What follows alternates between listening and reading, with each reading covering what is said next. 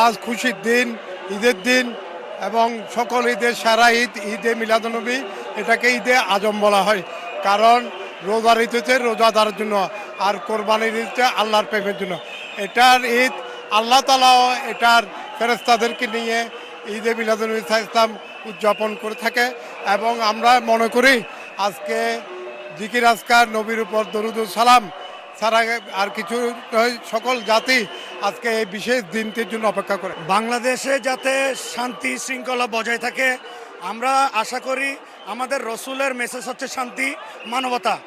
আমাদের বাংলাদেশে যেন এই শান্তি মানবতাটা ফিরে আসে। এই আজকে আঞ্জুমান ট্রাস্টের ৭৪তম জুলুসে আমরা মহান আল্লাহর কাছে রাসুলের মাধ্যমে এই বার্তা